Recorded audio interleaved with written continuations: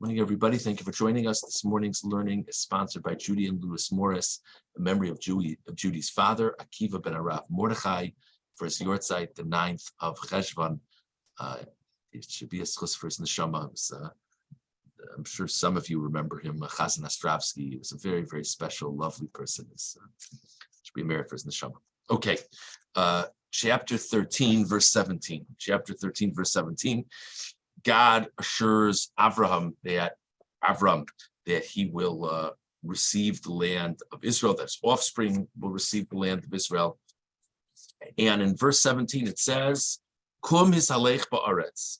I'm just going to translate it literally. Get up. This is Hashem speaking to Avram. Get up, walk through the land, la'arka u'l'rachba, by its length and width, ki l'cho etznena, because I will give it to you. Is this a command? The basic grammar of kum implies command. Is this urging Avraham? Is this commanding Avraham? Is this giving Avraham permission? What's this about? Ramban on Pasuk Yud Zayin, kum misalech ba'aretz la'arkol l'rachba yitachen shezer rishus kirtzono. It could be, says Ramban, that he's giving him permission to walk around. Amar lo, b'chol asher tirtze l'leches ba'aretz lecha. That he's saying to him, wherever you want to go, I'll allow it to be yours. I'll be with you, and I'll protect you from the ills of the surrounding nations. I will give it to you.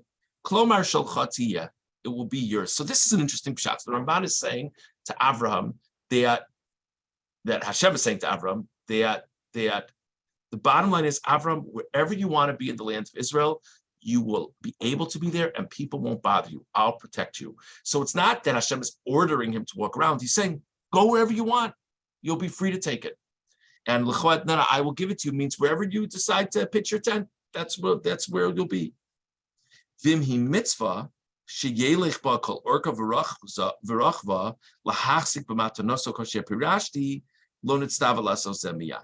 Now, on the possibility that it's a command, why would it even be a command? Why does God care if Avram goes for a walk around the land of Israel? So the idea, says the Ramban, if you understand that it's not being permission, but a command, fits into a Ramban we saw earlier in the week, that by Avram walking around the land, it's cementing this maaseh avos simon labanim, that the actions of the patriarchs become foreshadowing for things that will happen for the children, and it cements prophecies in a unique way. So according to that pshat, it's really a command from God. You need to walk around, because if you walk around, then the land will be yours. The land will be your children's, and it will cement the prophecy, the assurance that God has given. Now the Ramban says, if this is the pshat, it doesn't mean Avram has to do it this moment. It means that over the course of his time, Avram should make sure to walk around the land of Israel, and that cements the fact that his children will get it later. And indeed he did so. Just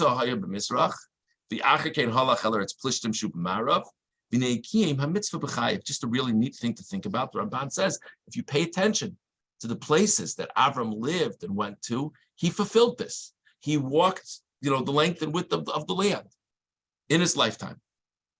V'tam lecha u'lezaracha. What exactly does it mean that the land will be for you and it will be for your offspring? What's meant by that? If it's for you, doesn't it naturally go to the offspring? And if it's for the offspring, then it's not for Avraham.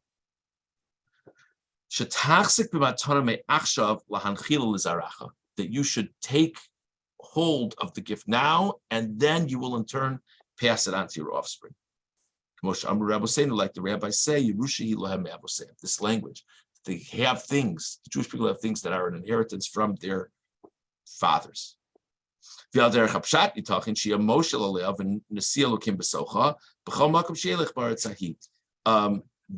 Finally, the Ramban says what's also possible here is it just means that you're going to be a prominent person in the land of Israel. You'll be seen as a man of God. So 3 pshatim. One is wherever you decide to settle, you have my assurance that it'll work. Another is this is a futuristic thing, but you need to walk throughout the land of Israel. It's a command, and that cements the assurance that the Jewish people will get it down the road. And the third pshat is he's just telling him you're gonna have prominence in the land of Israel, and wherever you go, people will respect you. Okay, interesting issue. Now we're going to jump far ahead. Chapter 14, verse 18. Chapter 14, verse 18. And actually, let's start with verse 17. Very famous story, the battle of the 4 kings and the 5 kings. And Lot, the nephew of Avram, gets caught up as a hostage in this battle.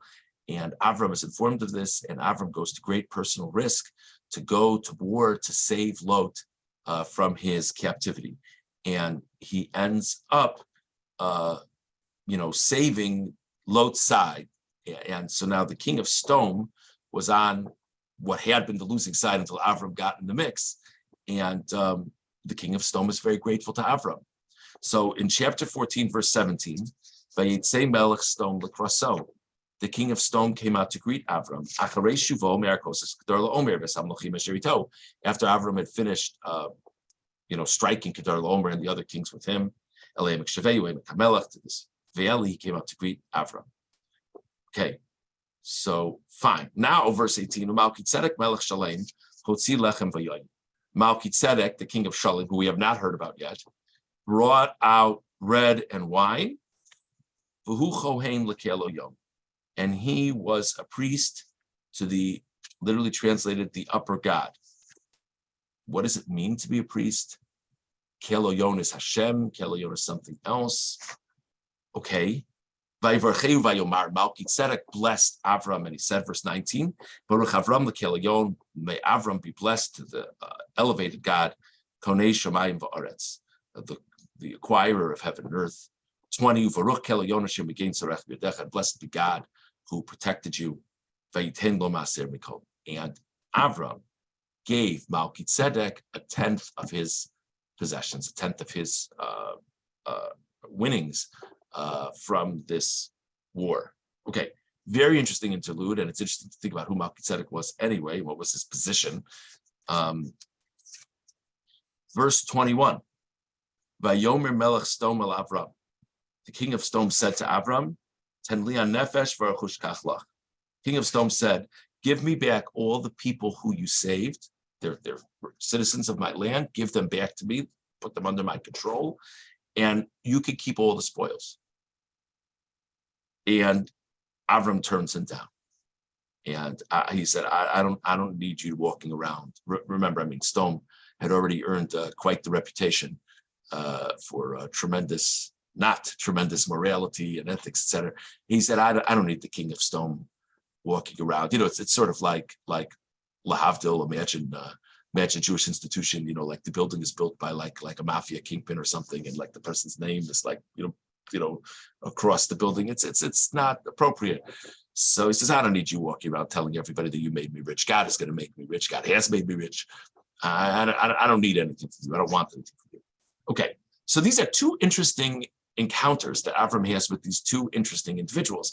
But one thing that's very strange is, why did we stick in the Malkitzedek Psukim in the middle? Verse 17 says that the king of Sodom comes out. And it's like if this was a regular person talking, you would say the person lost track of the story. That right after the king of Sodom comes out, that this is whole exchange with Melchizedek. Now, and let me tell you what the king of Sodom said to Avram. It seems really seems difficult here. Let's start with the Ramban. The Ramban, it is the second Ramban on Pasuk Yud Ches. The second Ramban on Pasuk Yud Ches. V'hu chohen lekelo yon. Lo diak Avram lo yonosin maser lekohen lelohim achirim. It's important for the pasuk to tell us that Malkitzedek was seen as a priest, as someone who served in some capacity Hashem, because heaven forbid that Avram should give a gift to someone who acts in some type of clerical manner for any other deity. Heaven forbid. So the pasuk clarifies, because Avram is going to give this gift to Malkitzedek. The pasuk clarifies that Malkitzedek was an Hashem person. Only because Avram knew that he was a priest to Hashem. So Avram's giving the tithe to Malkitzedek is really honoring God.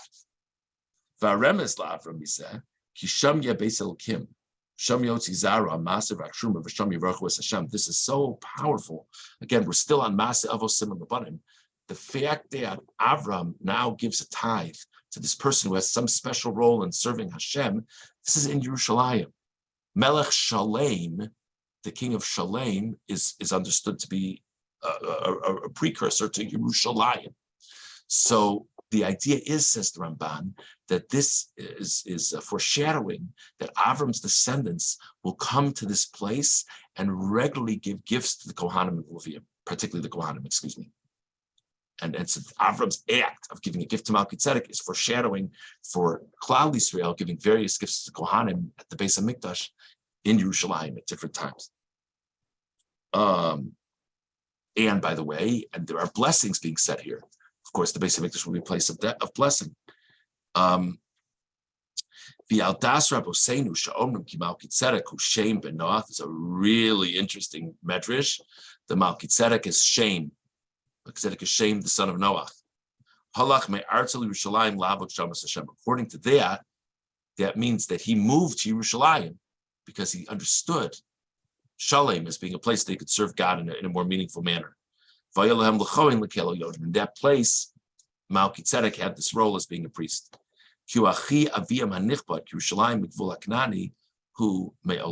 Because, I mean, what would make him the Kohen? What make him the Kohen was he was the most senior person. And, you know, it goes back all these generations. So just an interesting sidebar. Okay, what I want to do now is the Orach Chaim. Orach Chaim on Pasuk Yud Ches, Melchizedek. Rabosenu Amru Ki Shem. He also touches on the medrash that this was Shem.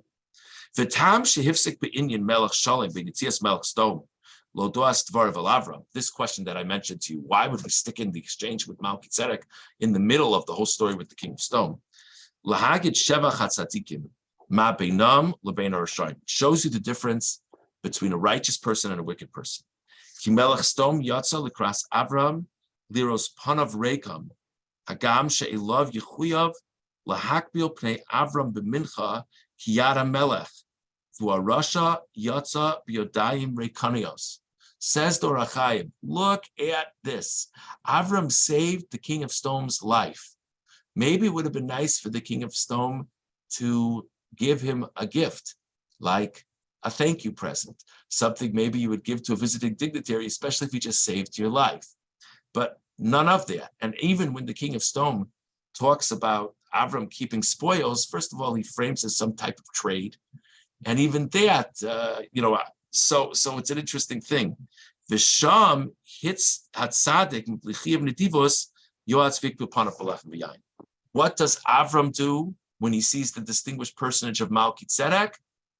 He gives the gift to Melchizedek. So actually the reason why we stick in the exchange to Avram Melchizedek in the middle of the exchange between Avram and the king of Stone is to show you the contrast. That the king of Stone didn't offer a thing to Avram, and Avram, because he thought it was Derech Eretz, because he's the Kohen of this place. Avram is the widely known man of God who just brought this great miracle of a victory, and it doesn't matter because Melchizedek is the Kohen here. Avram feels it's Derech Eretz for him to give to him. So that's an interesting thing to think about. So we discussed this morning what it means when God tells Avram to walk all along the land.